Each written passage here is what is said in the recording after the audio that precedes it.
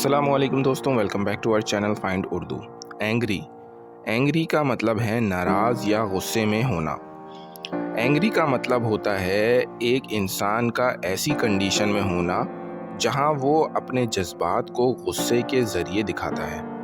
ये एक temporary feeling है जो किसी अनप्लेजेंट सिचुएशन की वजह से होती है।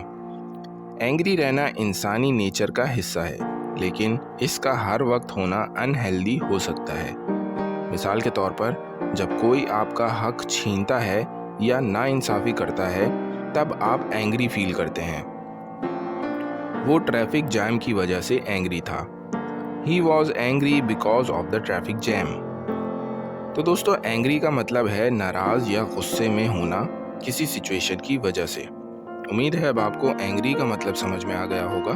मिलते हैं नेक्स्ट वीडियो में। शुक्रिया।